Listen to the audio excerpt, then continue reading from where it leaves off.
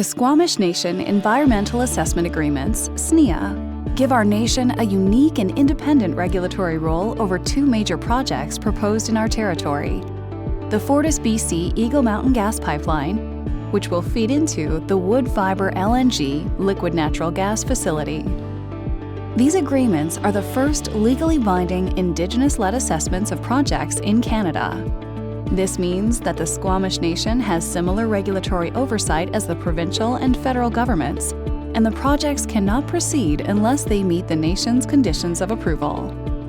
These conditions reflect our community's environmental, cultural, and social priorities that would not be met through other processes. The Eagle Mountain Gas Pipeline project is currently approved under the SNEA to house some workers within the District of Squamish community and some at a small camp. In April 2022, FortisBC applied to amend their project to house all workers within a camp. The nation reviewed this application with a particular focus on the safety of Indigenous women, girls, and Two-Spirit individuals, and has set the following conditions of approval, which FortisBC is legally required to meet. Create an Elder in Residence position. Create in-person training for workers about Squamish territory and culture. Work with the nation on ways to protect sensitive sites.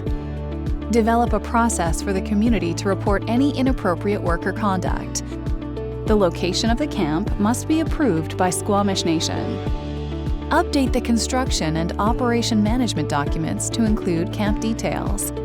Find ways of reducing the camp's greenhouse gas emissions.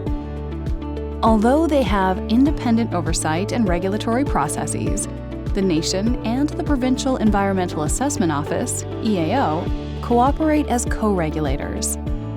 The EAO has placed an additional requirement on FortisBC to develop a construction camp gender and cultural safety plan to create a positive camp culture and align with Worker Code of Conduct.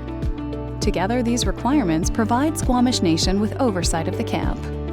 By moving workers out of the community and reducing social interactions, security is increased and strain on the local housing market is reduced.